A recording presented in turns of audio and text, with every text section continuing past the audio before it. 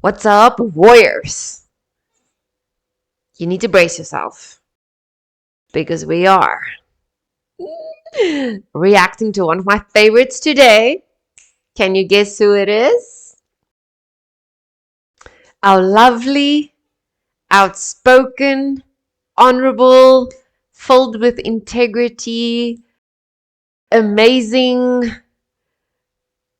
I need words to describe him. Ah, fellow warrior.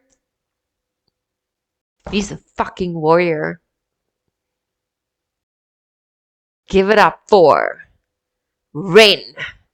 Woo!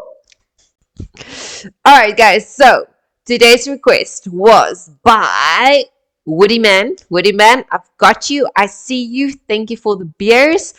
I even saw Woodiman.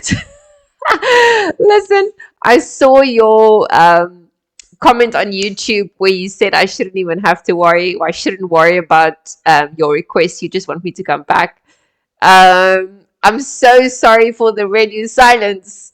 If you follow any of my other social media profiles, you would know that um, my move has just been a bit lengthier and more challenging than expected. But I'm back. I'm here. Hopefully, let's see how it goes.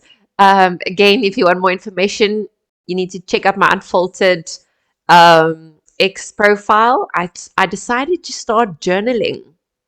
So it's the one thing I can do with very little power at this stage. So I will be posting unfiltered journal entries on my X profile. For those of you who are interested, please don't judge because it is unfiltered.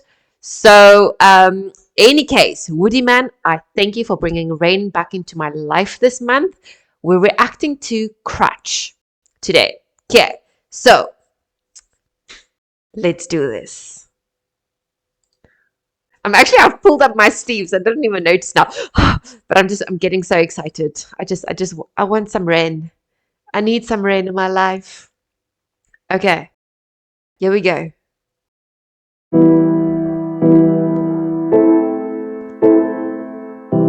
Oh, this is beautiful.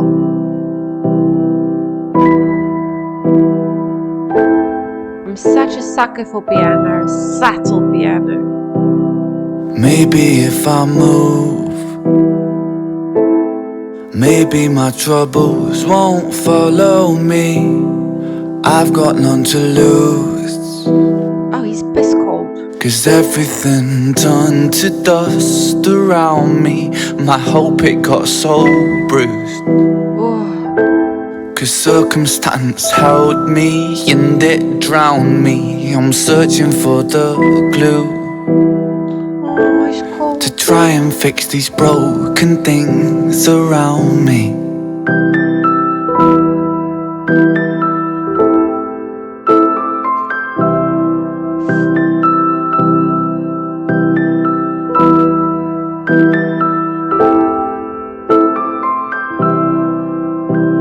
This is rain. My love, if I lose my mind, I'd be so ashamed if you witnessed. I'll try my best for you to try and keep my head, but my God is slipping. An unspoken truth, I feel my body dying as the clock keeps ticking, and everything I knew is painted with the fear that it's all for nothing. Could I interrupt? This is If rain. the weight should get too heavy, I'll help hold this burden. So I'll young. walk with you, my love, into the fires of hell if it would ease the burning. But please don't lose your trust. The man I know is brave, so don't you dare say you're folding. I can be your crutch No, this is. until we both grow old and the curtains Oh. closing. Hold on. That is destined.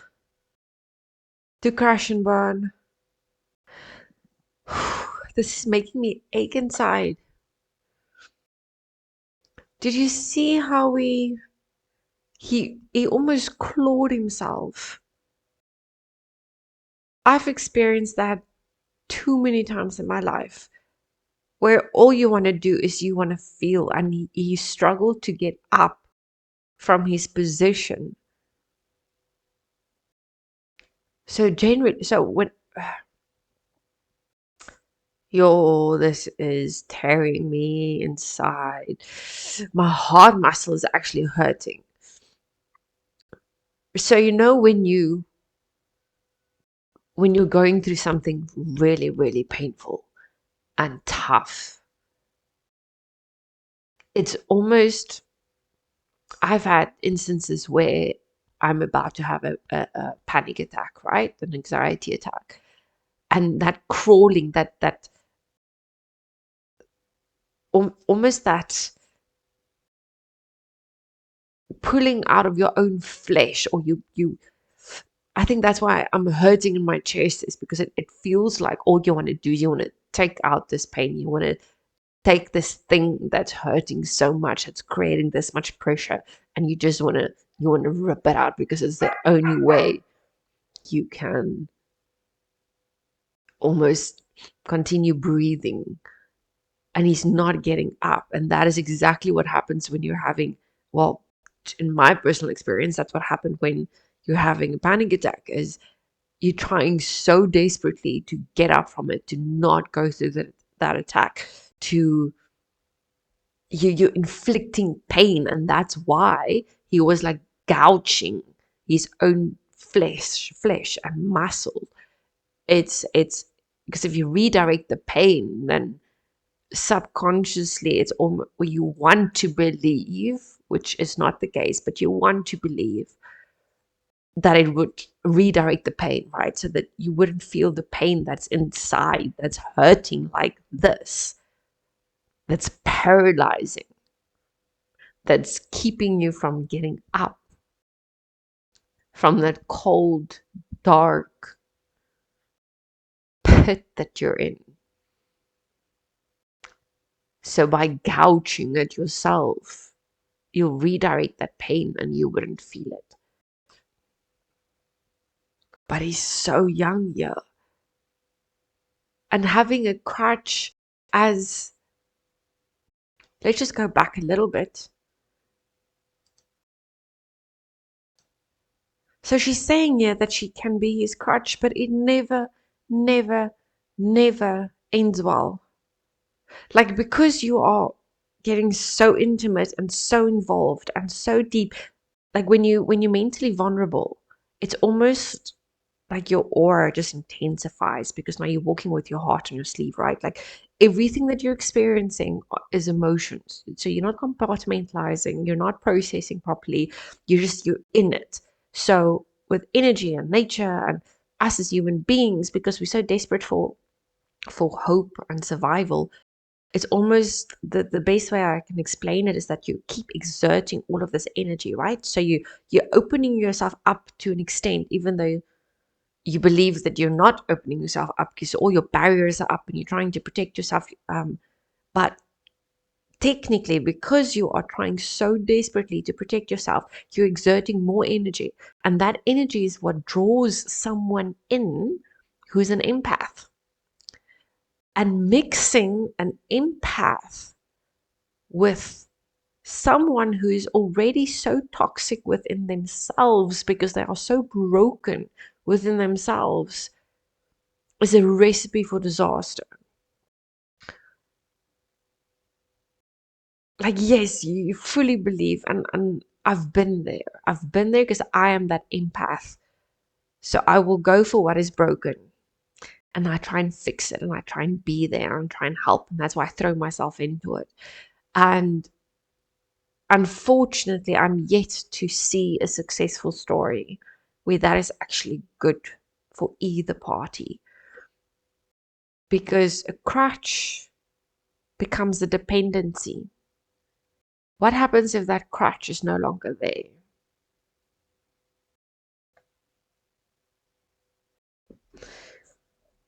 Let's just go back a little bit. If the weight should get too heavy, I'll help hold this burden. I'll walk with you, my love, into the fires of hell if it would ease the burning. But She please means don't lose your well. trust. She really means it. At this point, The man I know is brave, so don't you dare say you're folding. I can be your crutch until we both grow old and the curtains closing.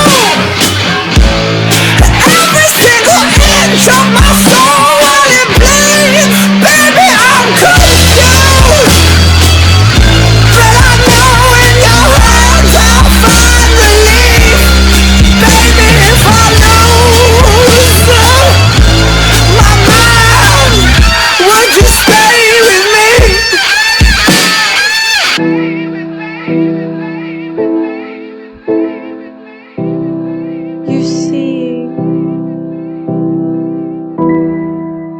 she left him because it's not healthy.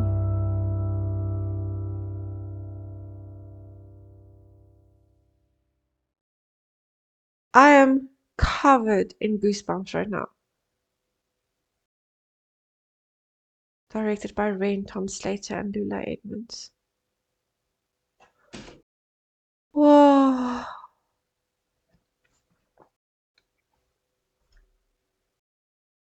Mm.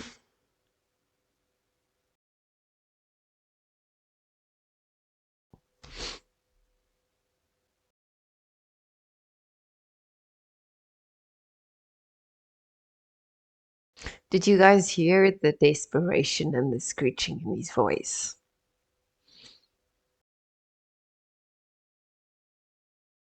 Like it wasn't about vocals at that point. It was I'm screaming at the top of my lungs, however that comes out. Because he just needs help. Even though he didn't want her to see and experience him in his vulnerable state.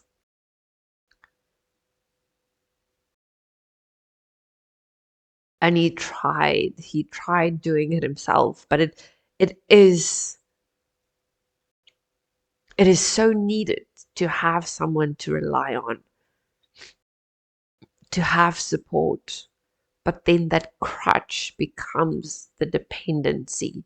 And when that crutch becomes vulnerable and damaged because of the weight that it's carrying, because someone struggling with a mental state, because remember, just because you're going through a phase of something where your brain is confaculated, um, you're so tormented, you're in so much pain that your actual brain chemicals are not working the way it is. So for a brief period, you have, let's call it a mental illness for argument's sake. But it doesn't mean that you have a long-term mental illness. It just means you have a circumstance that you're dealing with, that you're so sucked in that you're almost no longer sober. And when I say sober, I mean sober from, you're not intoxicated by the chemicals that's flooding your brain. Okay? If a simpler example, an alcoholic, putting an alcoholic with an empath, not a good match. Because the empath wants to help. The empath wants to be there when the alcoholic is crying, when the alcoholic is saying, I don't want to do this anymore. I'm going to take my own life. Don't leave me, all of this stuff. The empath is going to be there because we are wired to nurture, to take care, to try and heal. But then at some point, because we keep giving and giving and giving and giving, and you don't get back from someone who is experiencing such a mental illness or such a mental state, because they keep they almost call them drainers, okay? Energy drainers. So they drain whomever is the crutch, because they're so heavy, they lean so heavily on this crutch, and then both come down crumbling. And even though either party's intentions, the one party is, my intention is, I will stick by you, I will stay by you, I will go through hell with you so that I can see this through, so I can see you come out healthy on the other side. You can only give for as long as you have something to give. And if the other party is, I don't want you to see me like this. I'm going through some stuff, but I also desperately need you. Maybe if I just stay, maybe if I just have you, maybe if you stay with me, I know I can get through this. But then that process takes too long to neutralize. So your crutch becomes vulnerable and breaks, or decides to rather leave before it breaks. And what happens to this side of the equation? What happens to the one who relied on the crutch? It's such a dangerous combination. And I've done that so many times in my life where I do exactly that. So I'm the empath. And when I see you're broken, I throw everything at it to make it better. I do what you can walk all over me as long as I get you better. And that is so wrong on so many levels. I've learned, but it's a conscious decision for me now, every single day of my life, is to not give in to that. The impulse is there. Like, I'm still an empath. I'm still me. It's still in my nature to heal. It's still in my nature to nurture. But I have to make a decision. When I see you are broken, I need to put my barrier up. I can help you to an extent, but I cannot have you tap into me to the point where I become vulnerable and I break. And it's so fucking difficult, because you're rewiring your nature, your DNA. Okay? So I did this with my very, very first partner. I was with him for 4 years. He ended up being an alcoholic, threatened me that he's going to take his own life, XYZ. I had to beg him. He would phone me whilst at work and say he's going to take his own life. He's on his way. He's got his weapon in his car because he can't deal with this. So me freaking out, I rushed home trying to get to him, because he will say, yeah, he's coming. Or I need to beg him to come and see me so that I can just talk to him. So I can talk him, like, I fully believe that I can talk him out of this. And the problem is, my biological father was doing this when I was a kid. So that behavior never stopped. So even after I left my father, my partners became the people with similar behavior than the father. Okay? Sounds familiar? Yeah. Textbook scenario. Codependent. So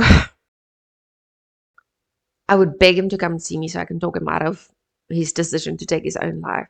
And it will take me hours of just comforting him, letting him cry, trying to sober him up, feeding him. He will take all my food. He will take all my money. He will empty my cupboards. And I was very young. I was only 20 years old back then when this happened.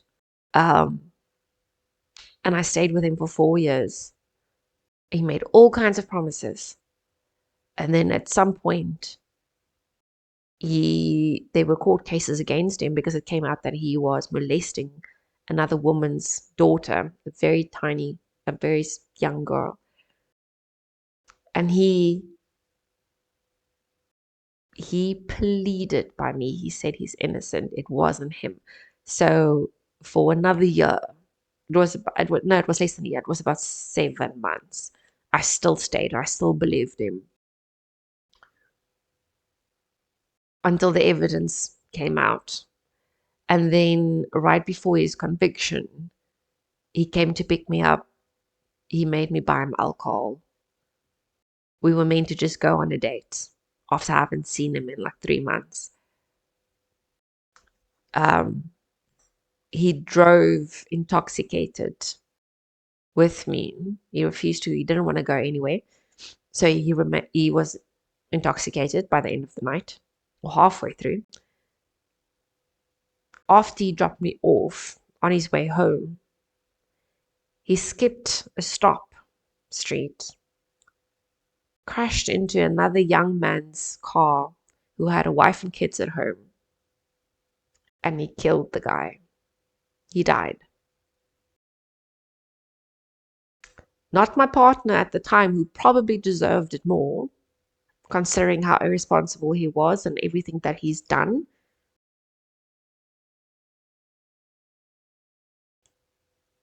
But he killed a young man, and he left 2 kids without a dad and a wife without a husband.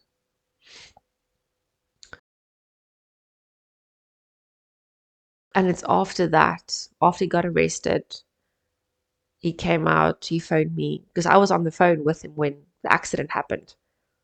And I didn't know.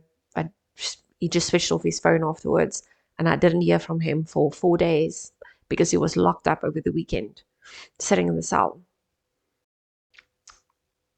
And when he phoned me and he told me what happened, I took time for myself to process this, because this was now 4 years in this relationship. I was very young. He was so much older than what I was.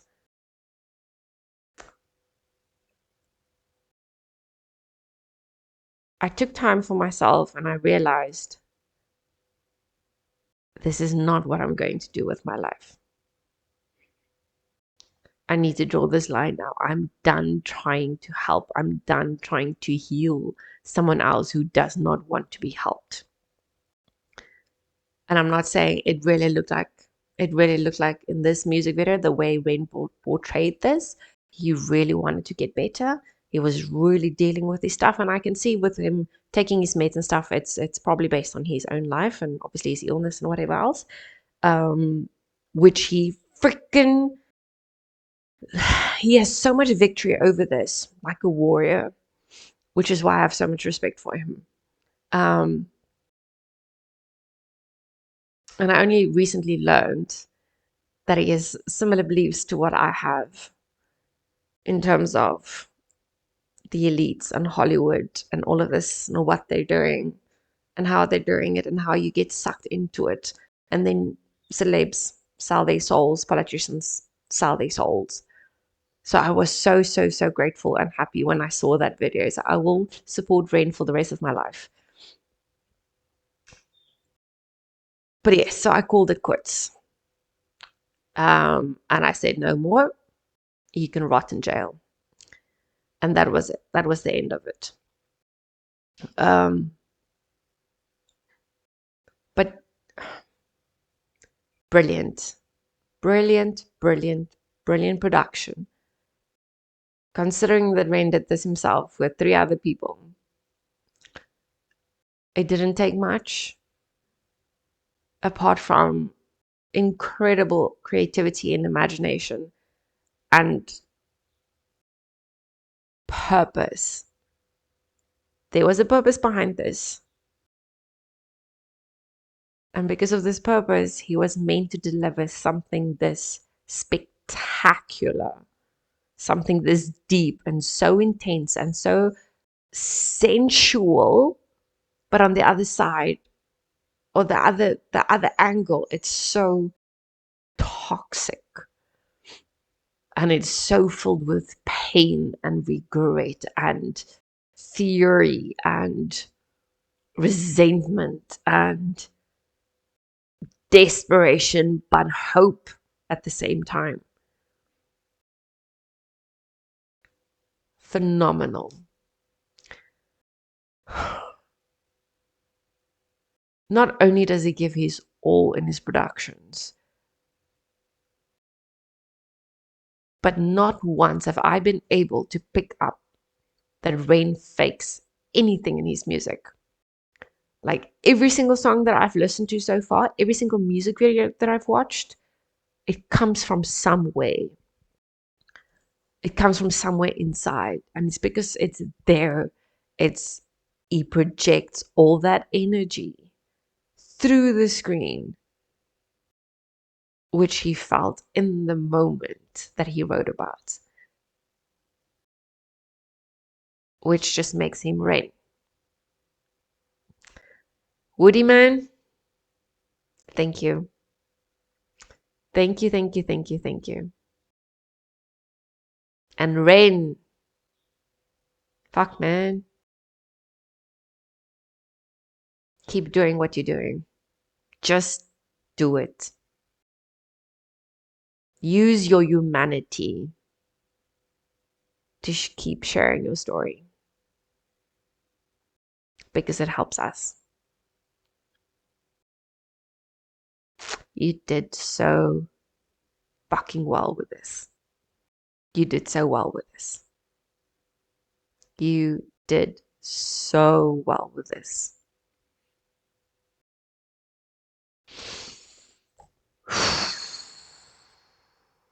This is heavy. I feel like crying now. Why? It's not exactly how I thought my day is going to end. Thanks, guys. Don't forget to like and subscribe, please. I will check you in the next one.